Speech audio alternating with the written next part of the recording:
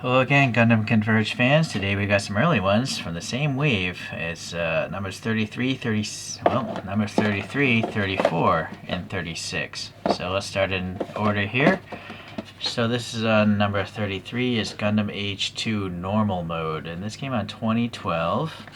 And here are the other robots from the series. Okay, and then it's around 18 meters or 30 tons. Okay. I haven't seen this cartoon, Gundam Age, but it sounds interesting if you read this blurb here.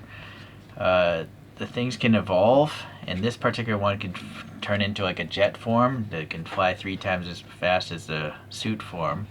Alright, so that's what I cared to learn there.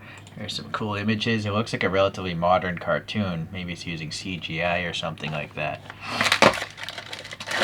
Eventually, they'll show it on Gundam Info on YouTube. Right now I'm currently watching Gundam 00, and I'm starting to like that one much more than Gundam Victory, which was depressing. Gundam Wing, depressing and boring. Even like The Witch from Mercury is starting to get really... it's not funny anymore, you know? I like humor in my TV shows or my movies, and there's none in a lot of these Gundams. They're just straight up depressing realities of war and loss.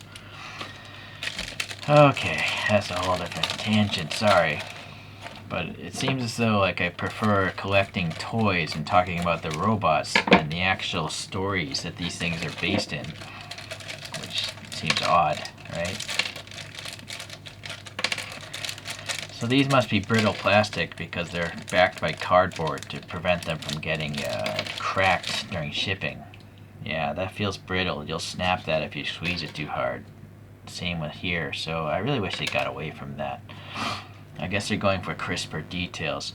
And all these have these silly foot stands that are just silly because first they're not even labeled. You don't even know what stand goes to which robot. So if you ever put these in a box, you'll never figure out if you have a lot of them. And then it's just look how ugly that is, right? And it'll usually stand without the thing. So it's just a waste of plastic that could have been better as like a weapon or some other accessory than a useless stand.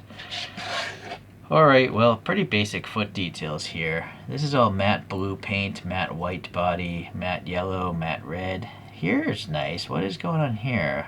It's like a metallic green with some black, so that's nice. Maybe that's the engine, or maybe that's the cockpit, I'm not sure. I haven't seen it.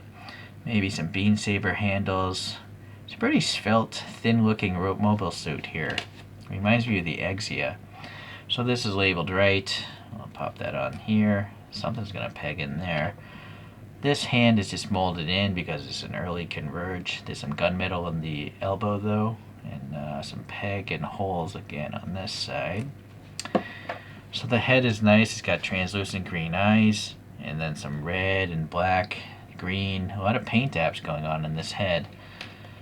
And then we got to pop the antenna in. So it seems like a relatively long peg, so I don't think it's gonna fall out easily. Yeah, that's gonna go sliding quite a bit. Yeah, there's no way that's gonna fall out. You're not gonna lose that. So that's actually pretty cool looking. Alright, nice details on the back, some venting there. Sorry, losing focus all the time. Nice gunmetal neck. Oh, something might peg in there before the head. Oh yeah, this like wing. It's like a double-decker wing. Alright. Now that's a pretty short peg. You might want to glue that one in place. Now sadly the chin looks like it's, well, it's kind of scraping there, but you can get a little bit of left-right movement. This weapon, oh, it just replaced it. It has the hand attached. It's kind of a weird weapon though. Would have been nice if these were a different color, but maybe that's just the way it is in the cartoon. Well, that peg's pretty tight. Alright. So this is a strangely small shield. It's so small and so basic. Weird design. Okay, well, there's a shield. And then I guess these things peg into those shoulder holes. So this one, that's a nice tight fit. And it's nice that it round pegs so you can actually pose these things. I see. Does that say left on it? Let's see. No, I don't. Oh, that does say right. B? Back? So. I don't think it matters because they're all round holes, so that's fine. Alright, well, this is pretty interesting. It's like a vegetable slicer of a Gundam here. It looks like you should be dicing vegetables, right? It's just so spiky.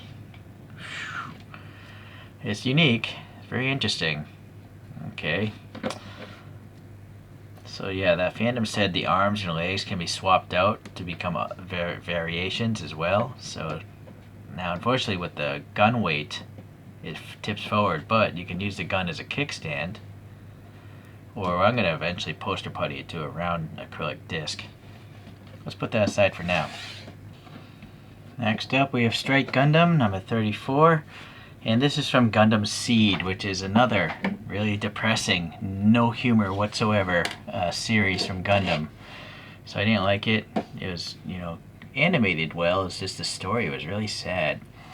So basic stats, 18 meters-ish. This one's around 65 tons. And again, the same robot. It's the other box. Oh man, look at this gum. Oh, that's one of the nastiest ones I've seen. Alright. So the foot stand goes into the trash. Just blurb here if you want to focus on that.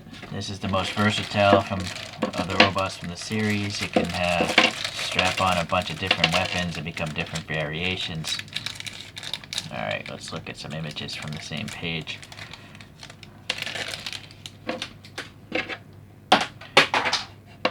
These are very loose pegs. I don't know if the plastic shrinks over time. I mean, it's been in that box for over a decade. Nice molded details on the feet. It's really cool. The legs have a lot of details as well. There's a darker gray up here. It's all matte finished. Blue, red, gray. Unfortunately, there's no... Well, I don't really see any color here on that. Maybe it's just supposed to be in shadow. Yeah, a lot of molded nooks and crannies here. The neck is gray. Alright, let's look at this arm here. That hand is just molded in, but nicely molded and nicely painted.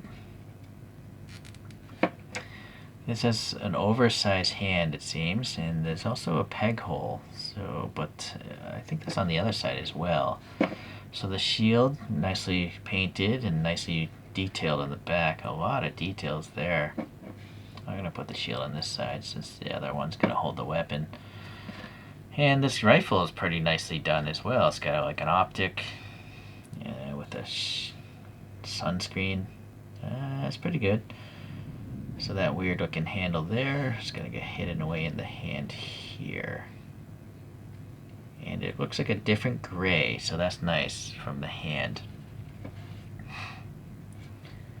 Yeah, quite loose though. The last two bits are the head. So we got some nice clear yellow eyes, some red and black paint, and a little metallic aqua up there. And there's a pretty deep slot again for the antennae. Nice venting on the back.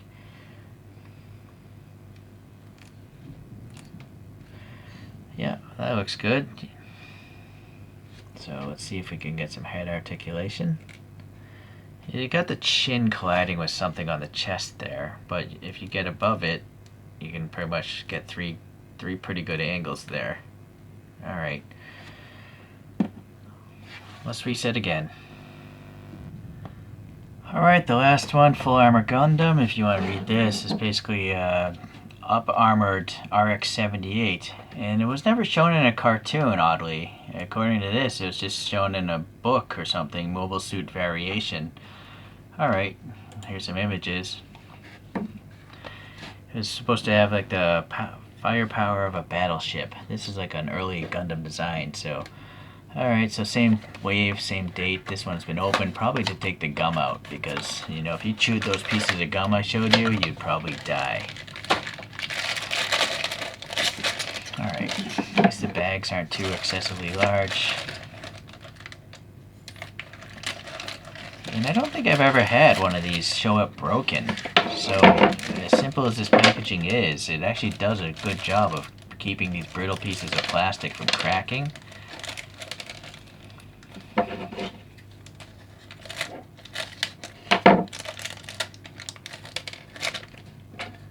Yeah, in the trash. What a waste of plastic. It's just gonna pollute the planet. Ooh, this paint is stuck. Wow, what's going on? I don't want to twist it because it might twist the whole peg off. Alright, those are okay. Well, I want to just leave that one alone. I don't need it to pose, but... So, interesting foot details. And then this is kind of like a satin. It's not quite dull. You can see the shininess of this green, but I think originally it was supposed to be matte finish. It's supposed to be matte, right? Like a tank. But then it's contrasting orange in the vents, which is quite interesting. And these little boxes here, and that nice crosshatch pattern in the vents here. The chin's got the orange as well. The eyes are translucent, I think, yellow this time, or like a champagne color. There's a little metallic. No, that's not metallic. It's just a dark green up there. What else? Nice thrusters, beam saber handles, some groove details there in the back. An asymmetric backpack. Alright, so again, molded in hand there. Pretty good sized peg. It's got a tiny shield on it. Man, I wish my phone won't just autofocus properly. Alright, this arm here, what's going on? There's like a built-in handle already. Let's just try to put the rest together. Okay, yeah, that's the front end of a weapon, or the back end of a weapon. Maybe that goes on the backpack. There's some sort of peg hole there, so I don't know about that yet. Let's get this antenna out of the way. Oh, now the head came off. There's actually two colors underneath there, so that's nice.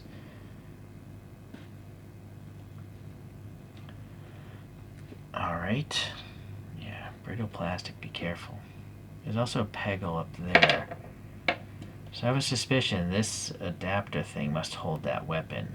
I think it might go in this way. And then this thing goes into... I guess you can put it back like this. So that's one way. Or... oh no, sadly you can't mount it on top like in the rendering there.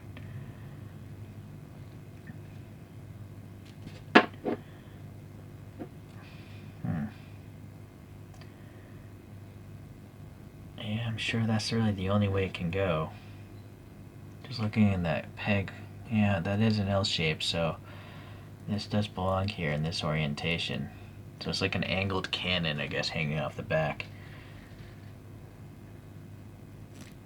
Alright, so now this thing, we have like a double cannon here that attaches to the arm. Unfortunately, there's no recesses in the barrels.